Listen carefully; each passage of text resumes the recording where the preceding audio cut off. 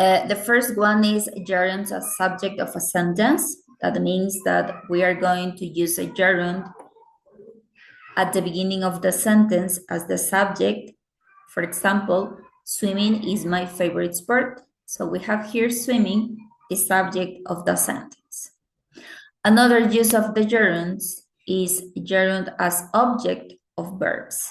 When I say object, you need to keep in mind that object means after the verb, in this case, object of verbs after a verb. So that means I'm going to use a gerund or another verb after certain verbs. For example, the verb enjoy. She enjoys. So after the verb enjoys, I need a gerund. Swimming. Okay? Is not swim. Instead of that, swimming. She enjoys swimming. Okay?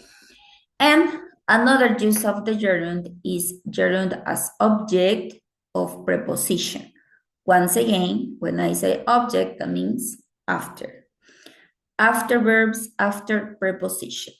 After a preposition is another use of gerunds, especially when I have phrases like she's afraid of or she's interested in.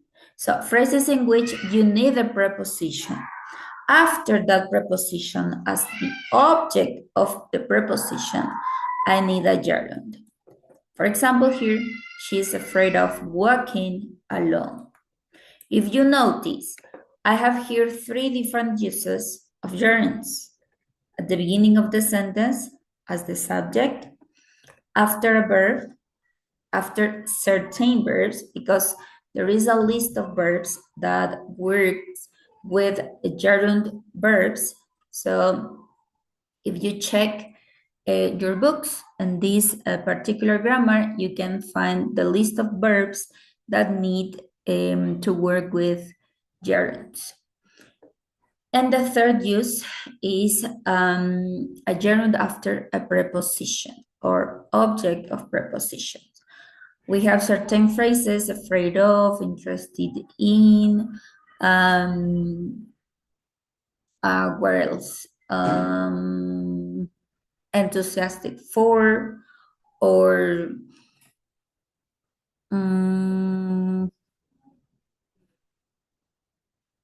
I'm also, I forgot some of them, but I invite you to check them in our books. There you can find some other phrases that you can use with objects after objects of prepositions or gerunds after prepositions. And the speaking part mainly was to answer the question, which job might you enjoy doing, or which job can be your dream one, your dream job? For this activity, I encourage you to use the 3 uses of gerunds for answering this question. For example, I would enjoy working. Here I have an example of verb, object of verb. After enjoy, I have the gerund working. Another example, cooking is my favorite. So here I have another use, which is gerund as the subject of the sentence. Here, another gerund, I would love preparing. So I have after the verb love as object of the verb love, I have another gerund, preparing.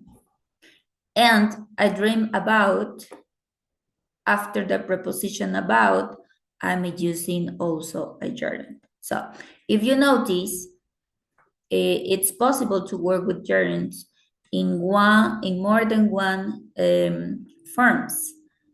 After another verb, after prepositions, or being the subject of a sentence. That was the main topic during our last class about the use of gerunds. Okay? Well, there was another thing that we couldn't analyze, that this is for everyone. The last part here in unit number 5, which I consider is really important because we were talking about how you can support your answer when somebody asks you a question. But what happens if I don't have to answer a question? If I have to provide a speech? Okay. Well, in this opportunity, we have this part in which I show you 4 different ways in which you can introduce a presentation. Okay. When you start the presentation with something special, so you can catch your audience attention, and of course, you will receive full attention from them. Probably you will receive some questions because that shows that the presentation is really important or was really impressive for them. So here I have, well, an oral presentation will grab the audience attention and encourage listeners to focus on the main message. But it's important that an oral presentation start with with an attention grabber. Okay, so what are those attention grabbers? As the name says, attention grabber. Something special, something impressive or important that attracts the audience attention or listeners' attention. Okay, what are them? I have 4 different ways. The first one, and probably the most common attention grabber, is to start with a question. Ask a question. This type of questions are commonly called rhetorical questions, okay? They are called rhetorical questions because you don't expect an answer from the audience. The main goal or the main objective of starting your presentation with a question, with a rhetorical question, is to give your audience the attention to a specific point. Okay? The idea here is that your audience think about that question, not expecting an answer, but in their own minds, in their brains, they will think about that. Okay? So, for example, here, a question.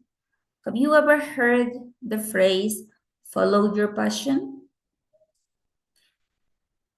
If the speaker uses this question, in fact, he or she is not expecting that somebody in the audience raise the hand and say, yes, yes, I have heard that phrase. No, the idea is that everyone in that room think about that, especially the phrase, follow your passion.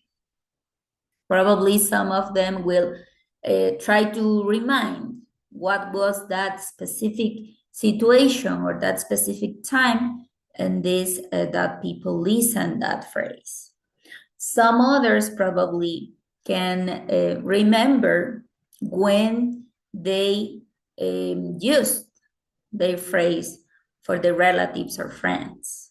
So the main idea of starting with a rhetorical question or a question is to make your audience give their attention to a specific point. In this example, give the audience attention to their passion, follow their passions. Okay, so that is the main that is one of the attention grabbers you can use at the moment of introducing a presentation. Remember that when I say introduce is at the beginning of your presentation, how you attract your audience attention. Another attention grabber, share a quote. Okay, share a quote. Well, we have millions of quotes, famous quotes that speakers can use at the beginning of their presentations. For example, here I have a quote Steve Jobs mentioned by this famous person, Steve Jobs. So Steve Jobs says, "The only way to do great work is to love what you do. The only way to do great work is to love what you do." So, quote are famous phrases or words that one person create or said in a particular moment related to a specific situation. So Steve Jobs, who is Steve Jobs? The CEO of Apple Computers. So I think some of you or most of you knows something about this person, Steve Jobs. So he said, someday he said, the only way to do great work is to love what you do. So people can use this quote at the beginning of their presentations in order to motivate or in order to catch the audience attention. So this is another way to introduce a presentation using quotes, okay? Commonly a quote, it's important also to give the credit to the person who create that quote by mentioning who said or who created that quote. So it's commonly to mention the quote, the only way to do great work is to live what you do, Steve Jobs, okay? In order to give credits to that person who created that quote. Another way, tell an anecdote. When I say anecdote, remember that if you are using this anecdote at the beginning of your presentation, it should be short, okay? Because the idea of using an anecdote as the introduction or your presentation is to grab the audience attention, not to make them bored, okay? So the idea of this attention grabber is to tell a short story. This story or this anecdote can be your own anecdote or can be of someone that you know. But the idea is to share that experience, that anecdote, in order to, once again, attract or grab your audience attention. For example, here, I still remember the day when my father told me that he wished he could quit his job.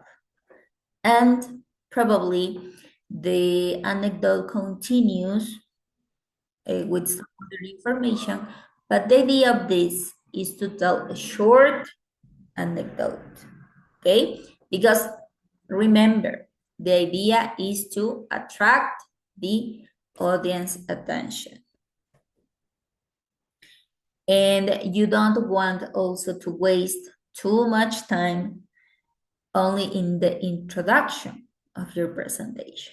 Okay, so try to be brief with your anecdote. if you decide to use this. And number 4, or the fourth option, give a dramatic fact or a statistic, especially if you are invited to share a speech, a scientific speech, or research in which you have valid data. So it's important that you start with facts, especially if you share a dramatic fact or a statistic. Okay, well, this last one is another usual way in which speakers start with their presentations by giving a dramatic fact or a statistic.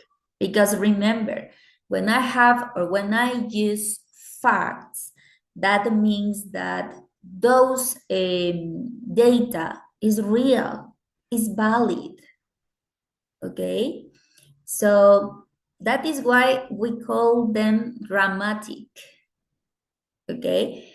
With this dramatic fact or statistic, for sure, your audience will be attentive for each of the words you are going to share.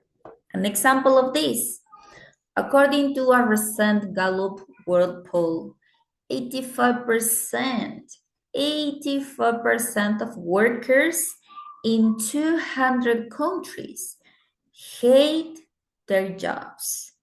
So notice, this is a dramatic fact. 85% of workers hate their jobs. So for sure, the audience will be attentive for the rest of the information you are going to provide for them. Okay, so my dear students, here I'm showing you 4 ways in which you can start your presentations, okay? Please try to remember, try to take your own notes about them, because in the second bimester test, you will have an activity in which you have to start with you will use it for your presentations as the introduction of it. Okay, so take some notes. Of course, this information also is on your books if you need to have extra information about this. I'm going to share here.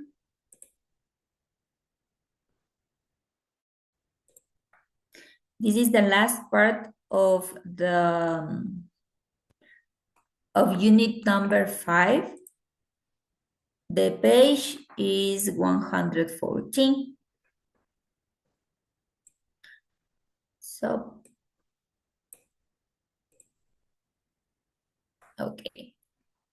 So here in this part, 114, you have the same chart. The information is the same. 4 attention grabbers, ask a question, especially rhetorical questions, quotes, anecdotes or short stories, and dramatic facts or statistics. Any question before we continue with the practice, maybe?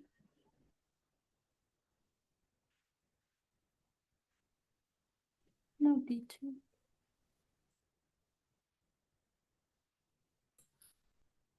Okay, so I'm going to share with you some examples of attention grabbers, and you are going to decide if the introduction is refers to a question, a quote, an anecdote, or a dramatic fact or a statistic. Okay, if you want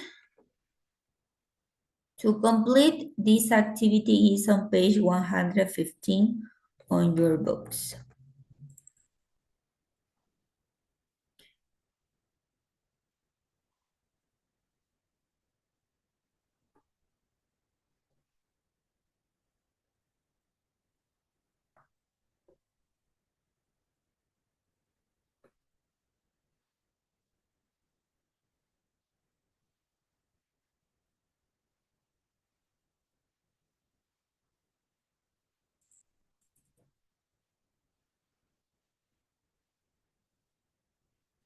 Page 115. Speaking skill. Exercise 1. Can you confirm, please, if you listen? I do. Yes, teacher. Thank you so much. Okay, so notice, please. You are going to listen to 6 different introductions. You are going to decide if they are questions. You can write A or B if that is a quote, C if that is an anecdote, or D if that introduction refers to a fact, a dramatic fact, or a statistic. Okay, so pay attention. Exercise 1. 1. What kind of job would be good for a person who hates predictable schedules? 2. When I was 6 years old, I remember telling my mom that I already knew what I wanted to do when I grew up. 3. A recent survey from Forbes magazine revealed that people who work from home are more likely to be satisfied with their jobs. 4. Famous painter Vincent van Gogh once said, "I would rather die of passion than of boredom." 5. When I was in high school, I went on a school trip to a wind farm that produced renewable energy. It was amazing to see the big windmills up close and to talk with the people who work there. 6. Never work just for money or power. They won't save your soul or help you sleep at night. These are the wise words of author and activist Marian Wright Edelman.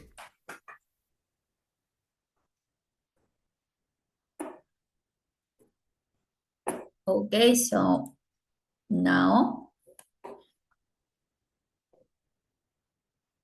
let me play it again, and I'm going to stop to listen to you. If you consider it's a question, anecdote, fact, what was it? Okay. Page 115. Speaking skill. Exercise 1. 1. What kind of job would be good for a person who hates predictable schedules? Okay, so tell me about one. What was that? What was the introduction used? I I think A asked a question. Yeah, a question. Yes, so we have a question. What was the job? Number 2.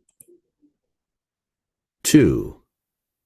When I was 6 years old, I remember telling my mom that I already knew what I wanted to do when I grew up.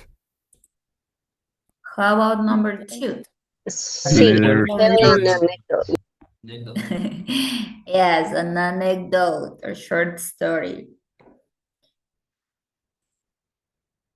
3.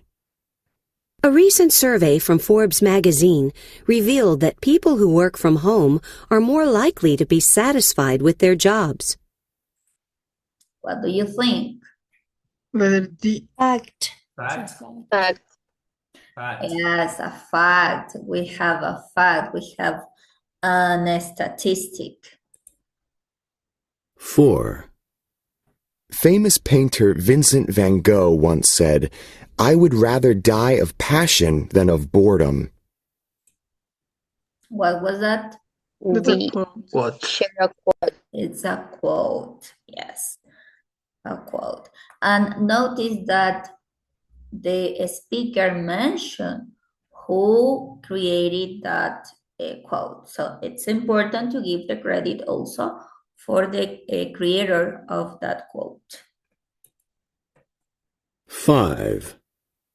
When I was in high school, I went on a school trip to a wind farm that produced renewable energy. It was amazing to see the big windmills up close and to talk with the people who work there. What do you think? Anecdote. An anecdote. Yes, correct. 6. Never work just for money or power. They won't save your soul or help you sleep at night. These are the wise words of author and activist Marian Wright Edelman. How about the last one? Quote. That's a quote. Yes, that was a quote. And once again, in this time, in the last example, the speaker first mentioned the quote, and at the end, he gave the credit also for the creator of that quote. Yep. Good job. So, my dear students, don't forget that is a useful way in which you can start your presentations. In fact, in this week, there is also available a forum, and you are going to create another video, and your speech will be about job hoppers. Of course, you are going to read first 2 different articles about job hoppers and liberal arts, but I encourage you, before to start directly with the information you are going to provide, you are going to analyze, I encourage you to start with an attention grabber. Okay, remember that in this activity, in this forum, some other students, some of your partners are going to watch your videos because they have to give a reply or a comment about your video. So I invite you to use any of these attention grabbers as the introduction of your photo, of your presentation about what are the job hoppers, what are the ways to teach job hoppers. Okay, so don't forget, you have 4 different ways to start your video. This time, I need to listen to you, the introduction, any of them, any of the attention grabbers, quote, anecdote, question, or even a dramatic fact. So please try to introduce your presentation by using any of these attention grabbers. After that, yeah, you have the entire 3 minutes to continue with the information about job hoppers. Okay? Don't forget to do that in the next activity. Okay, so in order to practice more with this about attention grabbers, we are going to, I'm going to assign you to work in pairs. For each of the groups, I'm going to assign any of these introductions, okay? Read the following, read the following oral presentation introductions and underline the statement of purpose or focus. Discuss your answers with the class, okay? What is the main thing you are going to do? Underline the statement or purpose or focus. What will the presentation will be about? That is the purpose, the statement of purpose. What is the main intention or what is the main topic of this presentation?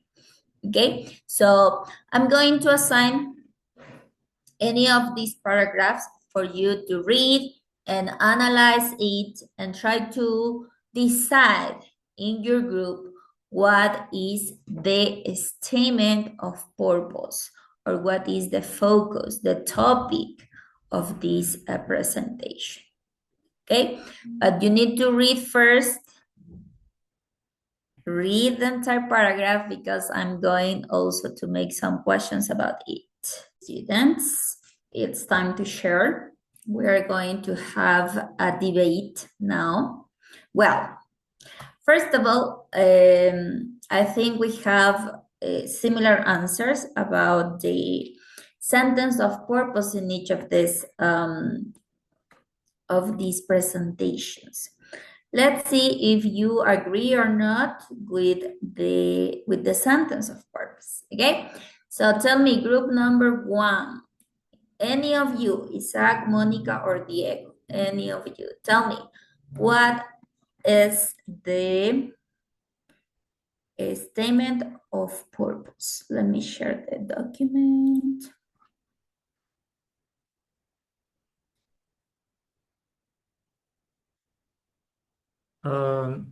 Okay, we have agreed that the statement of this paragraph is, I'm pretty sure I want a career that involves animals, but I'm not sure. Yeah, thank you. What do you think, group number 3? Any of you? Dana, Melissa, Jocelyn, or Galo? Any of you?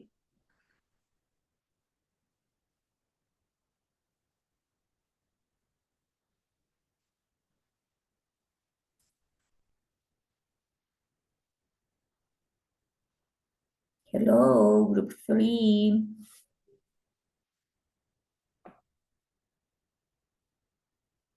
Teacher, we are talking about the opinion the group 1 or talking about our opinion. Yeah, no. I'm asking, what do you think about what is the statement of purpose in this paragraph? You work with paragraph number 1 as well, right? Yeah.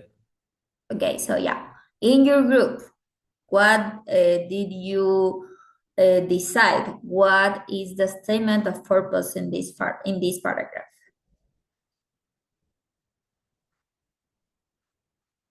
The speaker's purpose is to present our passion, love for animals. Not yet that the information, Jocelyn. I'm asking, what is the statement of purpose? The statement of purpose will be like, well, I'm agree with in group number 1. It will be that I'm pretty sure I want a career that involves animals, but I'm not sure what. I think that would be like the purpose, the statement of purpose, because it says like what the guy wants to be. Thank you so much. Yeah, in fact, Isaac in group number 1 and Dana in group number 3, both of you are correct. That is the statement of purpose. I'm pretty sure I want a career that involves animals, but I'm not sure what. So in that sentence, we have the purpose. So with that sentence, and of course the rest of the context, we can decide what the rest of the speech will be about. Okay, good job. Now, groups 2 and 4 regarding the paragraph number 2. First with group 2, Anthony, Emily, Genesis, and Kaylee. What is the statement of purpose in the second paragraph? In the second paragraph is, in this presentation, I'll share some of them. Okay, so yeah, in this presentation, I will share some of them until this part, right? Okay, group 4, what do you think? Mercy, Danny, and Wilmer, what do you think is the statement of purpose?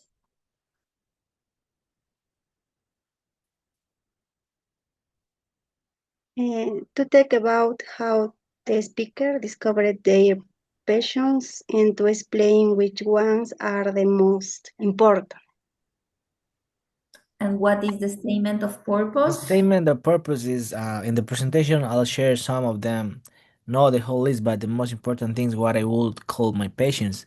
This sentence clearly states what the speaker intends to do in presentation. Thank you, Wilmer. So yeah, you agree with group number 2. Yeah, I will share some, in this presentation, I will share some of them. Some of what? Some of what? Patience? Some of passions. Well, passions, some of what? Somebody else. Of groups 2 and 4.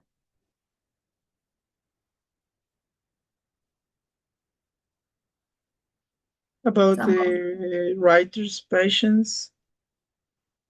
About what, sorry, Anthony? About the writer's patience, the one who is writing this Writer's paragraph. patience. Okay. Well, in fact, he says here things that are exciting for him. Yeah, So that yeah. that the speaker finds fun or interesting. Yes. Things or activities that the speaker think they are excited or fun for him. So yeah, we can say that they are his passions. Okay. Well, so now my dear students, I encourage you to read and work by yourselves. I found that you are using extra tools, and that happens also during the test. I'm asking one thing, and your question is a total different answer. Things or opinions that I'm not asking. So please make the effort of thinking by yourselves. I know technology can help you a lot, but I think some of you are relying totally on any other tools. So please, okay, try to do the best during these also meetings. Is the opportunity of practicing. Okay. Well, now, not Isaac, not Dana, not Emily. Okay, some other integrants of each group. Okay, you are going to answer the following questions. So, for group 1 and 3, so we already know that the statement of purpose of each of the paragraphs are in number 1. I'm pretty sure I want a career that involves animals, but I'm not sure what. So for groups 1 and 3, this introduction is an example of what? Quote, anecdote, a statistic, question. What do you think? That's anecdote. Thank you. That is an anecdote. In the second paragraph, what is that? For groups 2 and 4.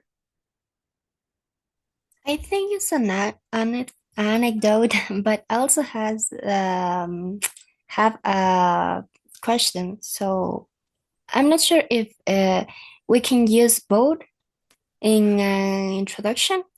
Yeah. Okay. Yes, of course. Yes, Kaylee.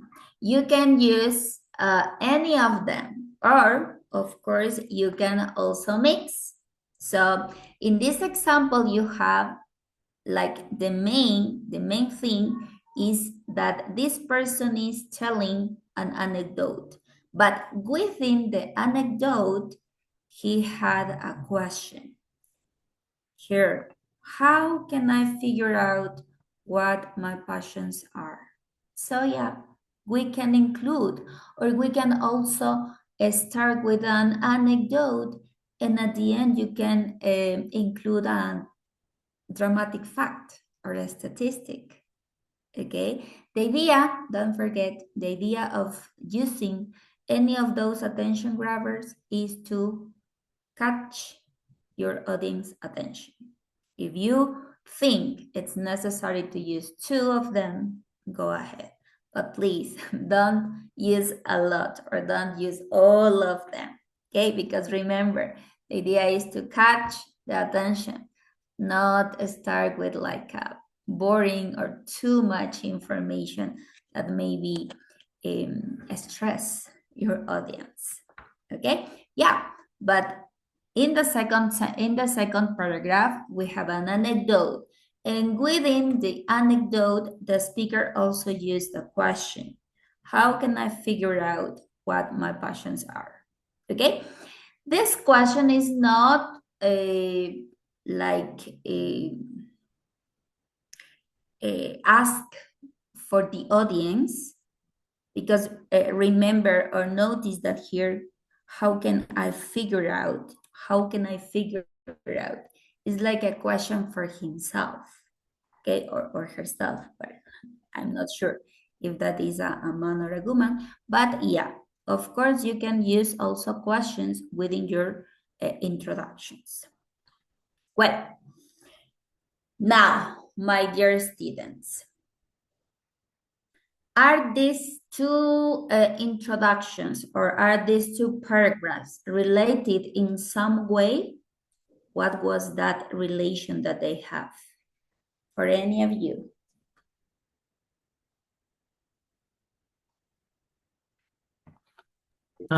Both paragraphs are people which are overthinking about what will they do at the future. Yeah, they are thinking about their futures. Thank you, Diego. Somebody else?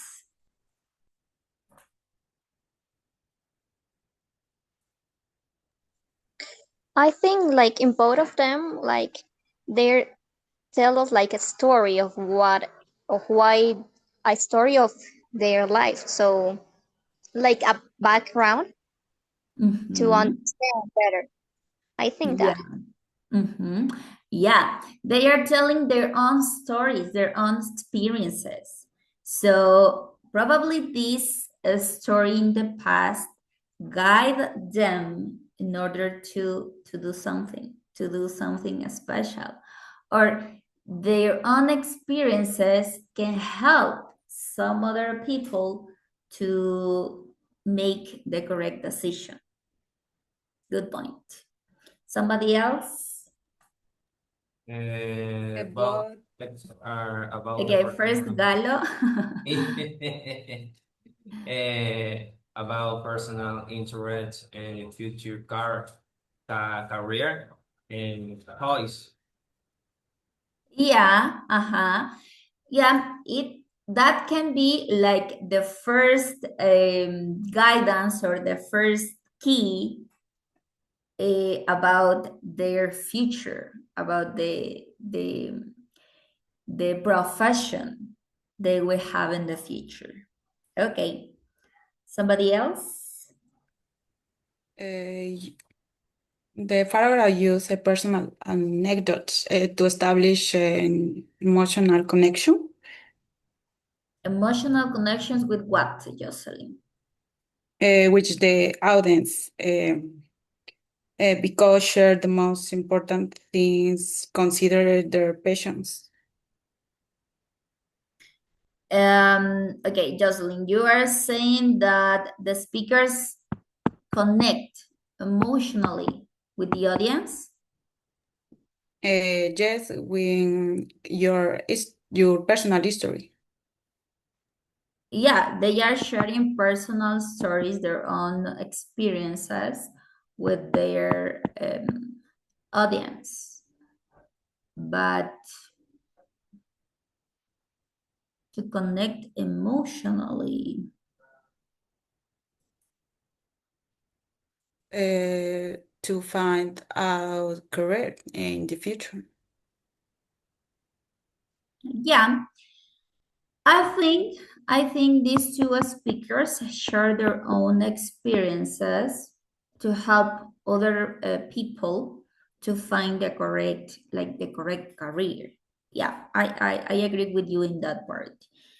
In the part that probably they connect emotionally, I'm not sure about that, but okay. Diego? I was thinking, and maybe another similarity between these two stories, are the fact that they don't know yet what they will do. Like, they have a lot of, one has a lot of options, and the other one says he or she loves animals, but they aren't sure about what path will they to take. Mhm. Yes, thank you, Diego.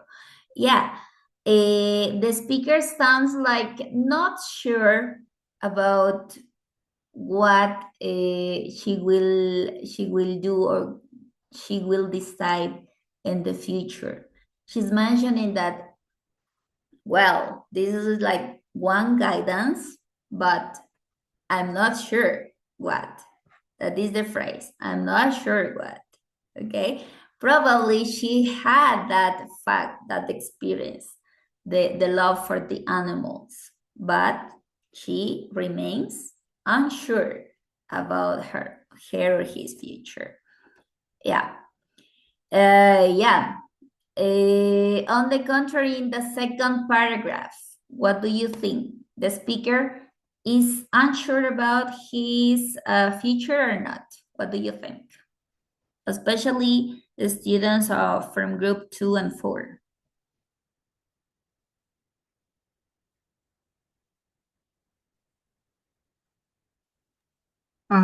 I think so because he's going to give a list of things that he consider exciting for him or for her, but it's not a specific thing. So it is a list.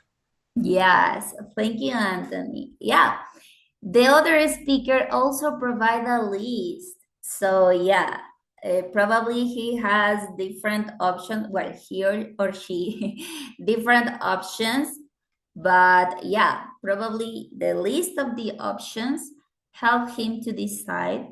But still, the speaker doesn't have a specific thing. So yeah, we have different options. In the first paragraph, the speaker also has like a different types of evidence.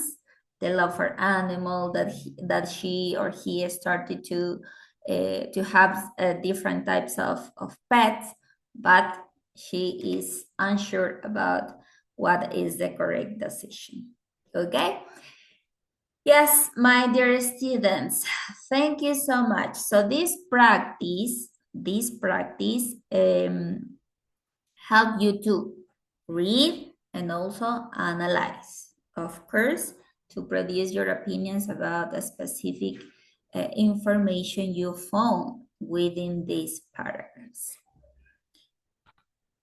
Thank you for participating, and now we need to continue. We're going to move to the next unit. So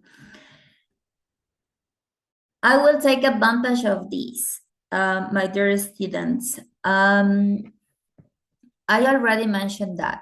So please, when you are going to record the video, please don't forget to use an introduction for the forum. And also, another thing, the students who are going to reply or are going to comment the video of your partners, try to also mention if the introduction your partner used is good or not. If In fact, the speaker catch your attention or not.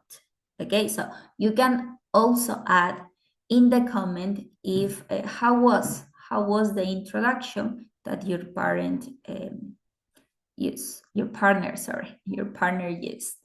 Okay, so in the comment, I'm referring to the forum, the activity you are going to complete in this week. Okay. Well, it's time to continue with the next unit. This is unit number 6. And we have here the topic culture and commerce. Culture and commerce. First of all, we're going to start by describing what can you see here in this picture. Notice the background, notice also the women here. What do you think?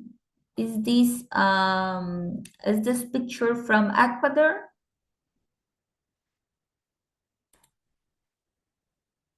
No, that seems Asian.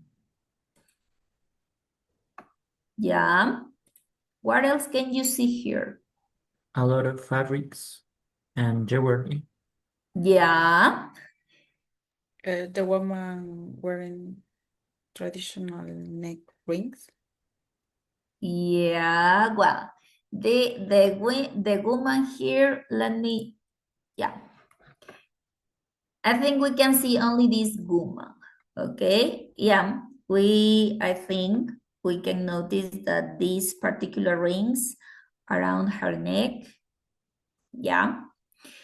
Do you think are these rings as the previous student mentioned is like yearly or maybe it's part of a culture?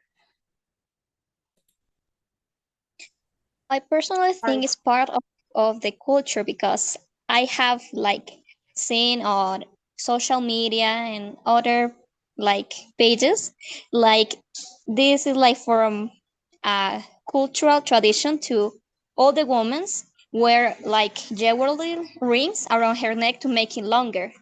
And Yeah. in life it is considered like pretty for the all the women there. Yes. Thank you so much, Dan. Yeah.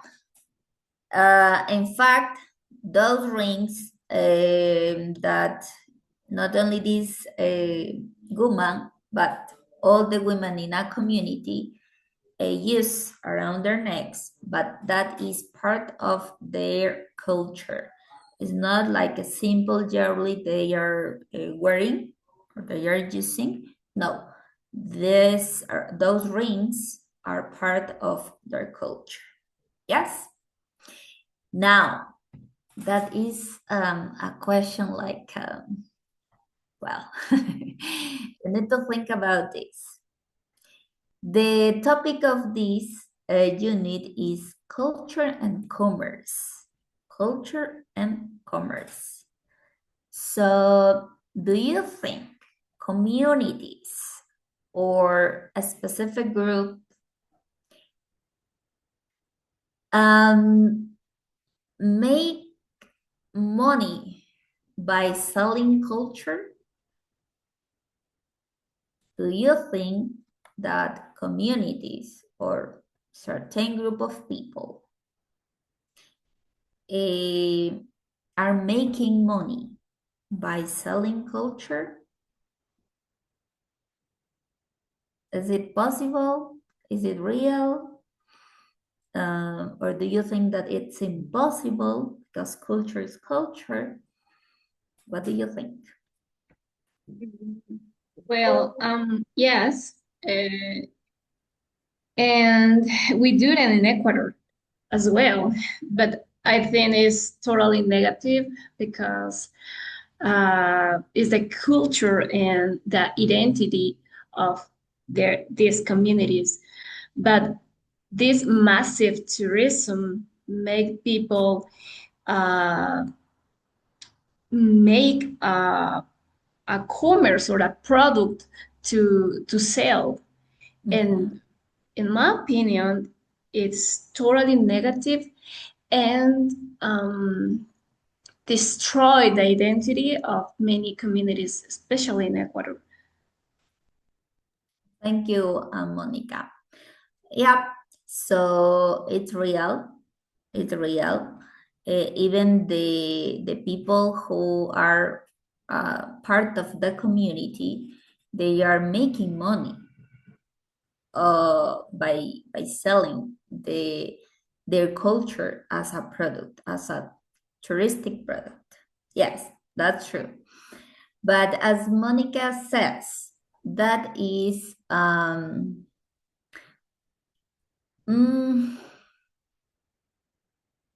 how can I say, like, in a good way? That is not good for the community in some way, but on the other side, there are also benefits for the community. Of course, there is a bad side, but on one side, on the other hand. Anthony. Thanks, teacher. Well, I was going to say something like you just said. Well, kind of. Because, well, actually, cultures, yeah, they make money by selling. But I don't think like they're selling their culture. I think just, yeah, for example, I've lived with people from the United States, and they do really love cultural things from here. They love, I don't know, the ponchos and stuff like that. But if they buy this stuff, they are not, I don't know how to say this. Like, they're not being part of the culture. They're just buying products that, yeah, are maybe a part of the culture, but I think that the culture is not being sold. I don't know if that makes sense. So, in my opinion, that cultures, well, sells their products with stuff from their culture. I don't know, maybe their clothes and stuff like that. For me, that's okay because, even it's better because cultures are being recognized around the world by selling this stuff. So I think that it is not bad, in my opinion. Okay, thank you, Anthony. Yeah, so it's not totally bad. There are like good points in this part. Diego, what do you think? I do also have a positive side about selling or sharing about culture stuff among the world because I think thank you to this, we can have innovation, for example. I'm referring more, for example, we have pizza, it's Italian, but also thank you to the spread of this Italian culture across the world. We have met with Hawaiian pizza, for example, that's Canadian. Which So one? Sorry, can you repeat the name? Hawaiian pizza, Hawaiian, Hawaiian pizza, sorry. yeah, Okay. that was Canadian. It's not Italian, but it's like another version of pizza, and we can meet like another interesting dish. And the same happened here with Chinese food with chow fan. It's not Chinese, but it's an Ecuadorian version of Chinese food. Yeah. Okay, yeah, thank you. Yeah, another important benefit probably is the way in which cultures can spread throughout the world. Yeah, that's true. So everybody in the world can know important things from a particular community. That's true. But yeah, I'm going to return to the bad point. Monica mentioned that, yeah, probably, well, in some way, because I have some examples. There is a fact in which is mentioned that, for example, the woman here in this picture, these women are not working anymore by creating the jewelry, by creating that type of clothes, because they think that if they accept to take a picture with tourists and they receive money for that picture, so it's enough. And they have decided not to work in their the normal activities, because they found that selling pictures with a tourist gives more money than working in their traditional activities. What do you think about this?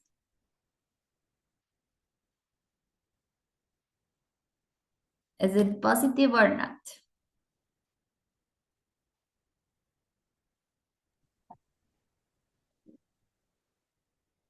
Can you repeat?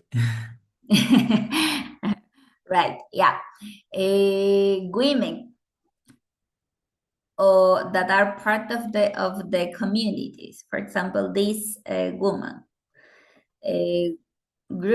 one group of these women, they are offering to the tourists, taking some pictures with them in order to receive money from those pictures.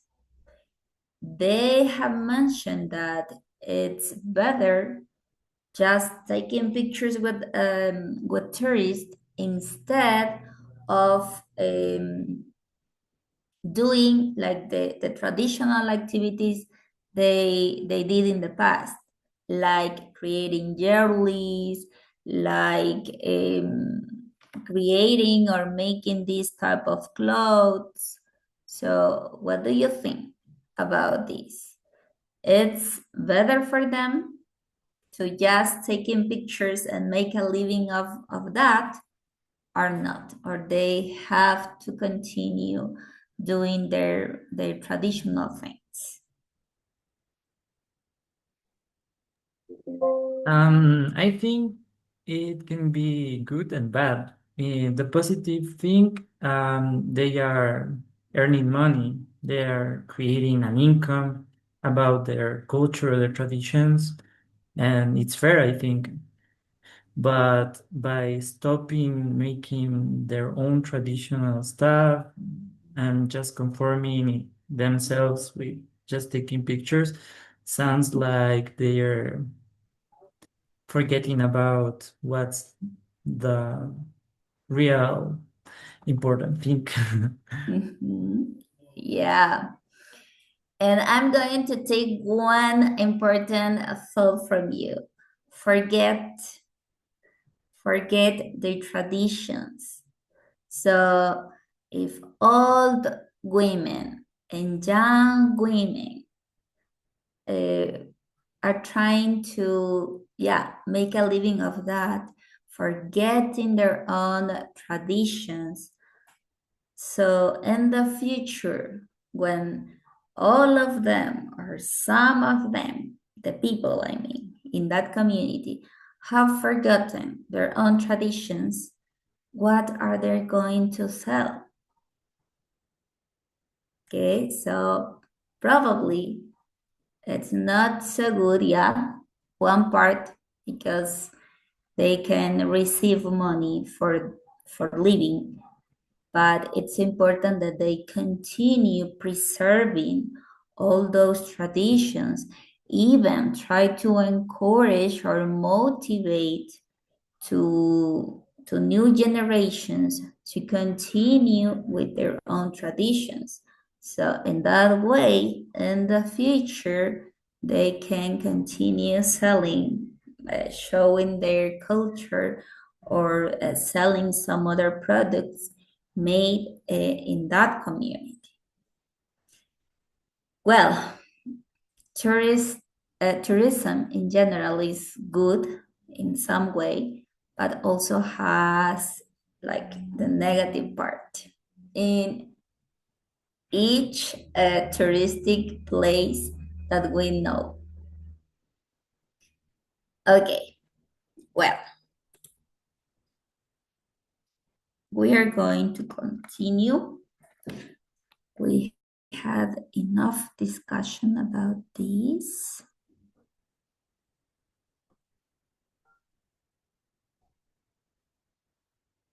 Well, as always, we're going to have the practice of new vocabulary that we will find in this unit. Remember that we are talking about culture and commerce. So tourism is also a part of this unit, but we will know different things about, especially tourism in Thailand.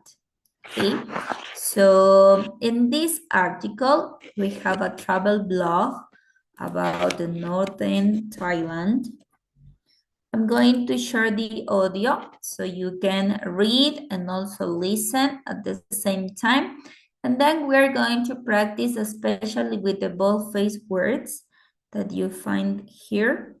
So please try to pay special attention to these bold-faced words.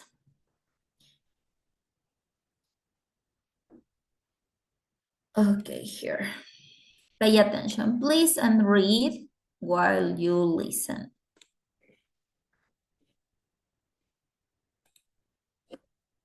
Page 115.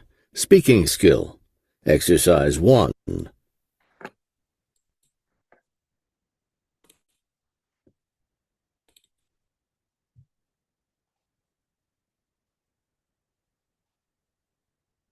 Page 120. Vocabulary. Travel blog, Northern Thailand. We've had a great time exploring Northern Thailand so far. It's really interesting, and there's so much to see. One thing I've learned is that elephants are the national symbol of Thailand. They're very important in Thai history and cultural traditions. Elephants are also a big tourist attraction, so there are many different elephant parks for tourists to visit. We decided to visit one, but we soon found out that there is a lot of controversy about them. Some parks treat the elephants very badly. They're not treated with respect and have to perform degrading tricks for tourists, like playing basketball and dancing. The owners don't really care about the elephants. They just want to make a living by showing the animals to tourists.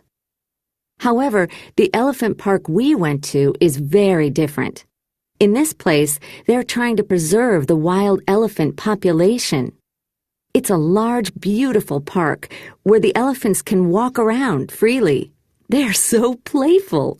I took this photo of two young elephants walking together with their trunks wrapped around each other, just like two kids walking hand in hand. Going to the park was an amazing experience, much better than seeing elephants in a zoo. I also bought some nice souvenirs, a stuffed elephant toy for my niece and a carved wooden elephant for my parents. Tomorrow, we're going to see another unusual sight, the village of Naisoi, where the long-necked women of the Padong tribe live. The women wear brass coils to stretch their necks. More on that tomorrow. Yeah, so here we have, like the title said, a travel blog. This woman is telling her experience in Thailand. So at the beginning, she shared how was her experience in two different elephant parks. And also at the end, she's mentioning that the next stop or the next place she's going to visit is this tribe, Padang tribe. To this tribe, the women that we see in the previous photo belongs to this Padang tribe. The women wears brass coils, so those rings are called brass coils. And as some of you mentioned, the objective of wearing these brass coils is to stretch women's neck. Part of their culture, but dangerous at the same time. Okay. Well, so we have here traditions, tourist attraction, controversy, degrading, make a living, preserve, wrapped, souvenirs, and stretch. Okay, we're going to find the correct definition for them. Okay, I think I need to.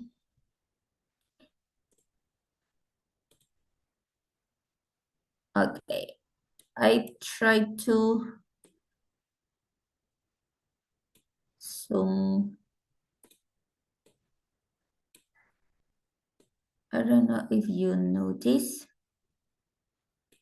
Okay.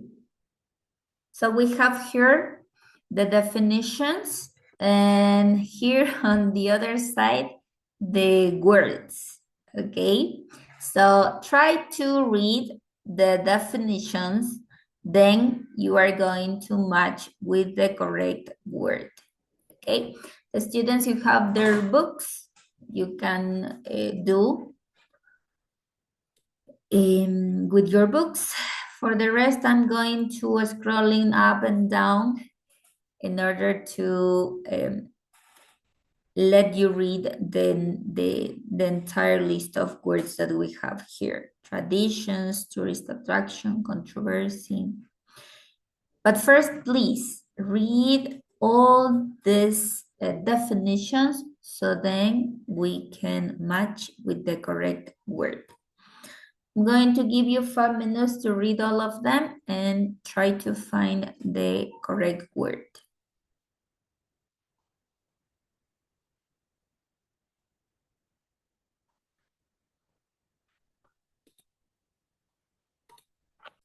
Okay, so notice here, for example, I have the affirmative and the negative form of will. Okay. In general, will is used for making predictions. What will happen in the future? I'm predicting different situations. Okay. And don't forget that we have also the contraction of will, that are the double L, and also the contraction of will not, that is want. Okay? For example, in positive sentences, it will rain again next week. Tourists won't come to the shops and restaurants. Notice, please, that after the modal will or want, the verb remains in the base form. Not raining, not raised, not rained, or in past, rained. Okay, the idea this is to have the verb in the base form. Rain, come. Okay. Oh, sorry. Well, another important thing, the use of probably. Okay, remember that, yeah, will is used for making predictions. But if I add the adverb probably, so I'm making this prediction stronger. So notice, please, the correct position of probably depending on the type of sentence you are saying. Here I have. If you want to use probably in an affirmative sentence, so probably goes in the middle of will and the verb. Okay. Will plus probably and then the verb. Example, business will probably be slow all week. What do we have? Modal will, adverb probably, and the verb in the base form be. Notice please, here I'm using the verb be in the base form. It's not possible to say will is, will are, will was, will were. Don't forget the base form, be. And if you want to make or if you want to add probably in a negative sentence, so the position changed. I probably won't make enough money. Probably goes before the modal. Probably won't make in negative sentence. But please, if you want to use an affirmative one, so place probably in the middle. I mean, after will and before the verb in the base form. But if you are going to add probably in a negative sentence, this adverb goes before the modal. Business will probably be, I probably won't make. Okay, please notice that the place of probably changes depending on whether it's an affirmative or a negative sentence. Until this part, I think that is easy because you are working like with modal will to make predictions, and we need will and the verb in the base form. I think that is easy. But another important thing here, we are using the modal will for making predictions, but this time we are going to make clauses, especially the if clauses. We're talking about the first conditional, okay? And it's important here to keep in mind that when we talk about the first conditional, that means future with will and another sentence, okay, we're going to use two tenses in one clause. On one hand, I have future with will, and on the other hand, I have the simple present tense. Okay, let me repeat.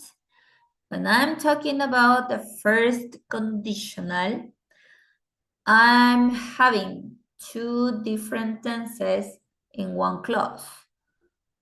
Will, or the future tense, and the simple present tense. Okay, two tenses, one clause. One is the condition and the other is the result. Use if clauses to talk about possible results in the future. That is why we use will to make predictions, to talk about possible results, possible situations, predictions, using will. Use simple present in the main clause and will in the main clause. As I told you before, we are going to use two tenses, simple present and will. But there is keyword here to understand when to use simple present, when to use future tense, okay? And this is your key. If the rain continues, we will have a lot of problems. So here I have a clause, an entire clause. I have two tenses. In the first one, if you notice here, the verb continues is the simple present. If the rain continues. Simple present always work with if. The result of the other sentence, we will have a lot of problems. This sentence is in future.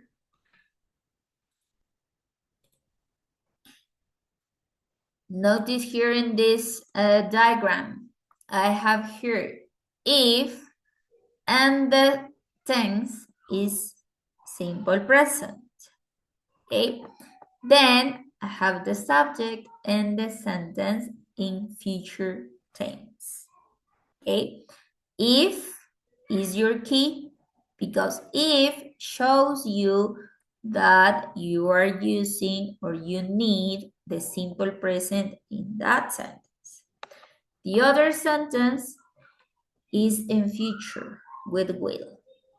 Of course, we can work upward by mentioning first the future tense, I mean will, the sentence with will, and then the condition, the sentence with if and the simple present.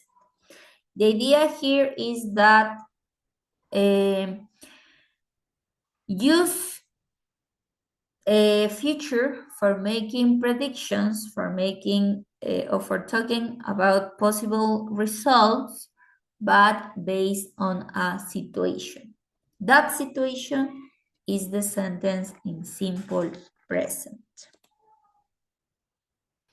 Notice here, if it rains,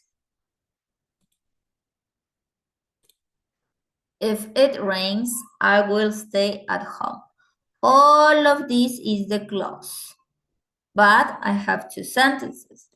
Number one, if it rains. What is your key? If. If rains, simple present. The next sentence is future, will stay. Okay? If is the condition. I have a condition. About this condition, I have a result. If it rains, I will stay at home. If it rains, I won't go out with my friends. If it rains, I can't play outside. Okay? If it rains, people won't visit the parks. Okay?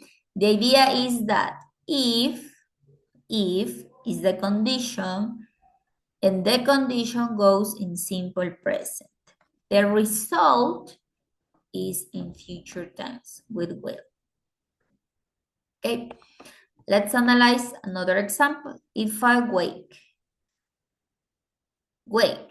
simple present. If, condition. If, simple present. Another sentence, the result, will miss. Future with will. If, again, the condition goes in simple present. Is. If it is sunny, simple present, the result will go. If, once again, the condition, simple present. If Juan leaves, the result, Paula will be sad. Future tense. Okay? Notice, please, here you need to mix simple present and future tense. One is the condition, the other is the result. I can mention also first the result and then the condition. For example, I can say, I will stay at home if it rains, mentioning the opposite. Okay, I can also say, I will miss the bus if I wake up late. We will go to the park if it is sunny. You can mention first the future and then the simple present It doesn't matter if you mention any of them before, but the idea is that if the condition has the simple present form. Okay? Yep. Until this part, questions?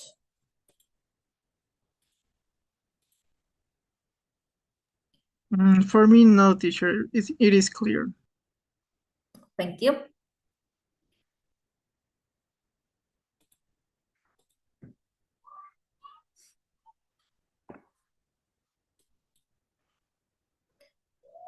Okay, so for the next class,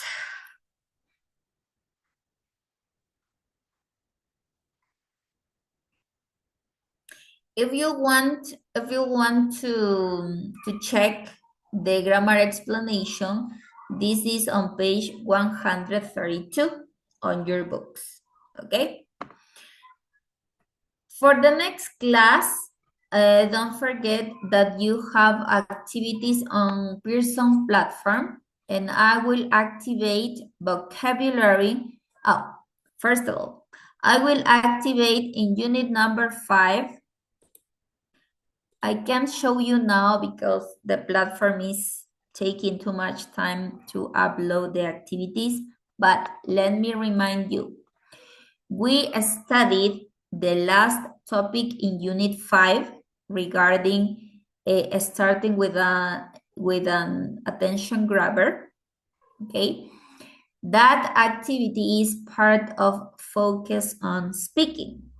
I will activate that activity for you to practice about attention grabbers. That is part of the unit number 5. And as part of unit 6, which is the last topic we were talking about, I will activate the vocabulary activity and the grammar part. Okay. Yes, I can show you my platform. He's still uploading something. Okay, so notice please, 3 different activities. In unit 5, the attention grabbers. In unit 6, the vocabulary and also the grammar about the making predictions. Okay, that is the homework for the next class. Any question maybe? No, miss.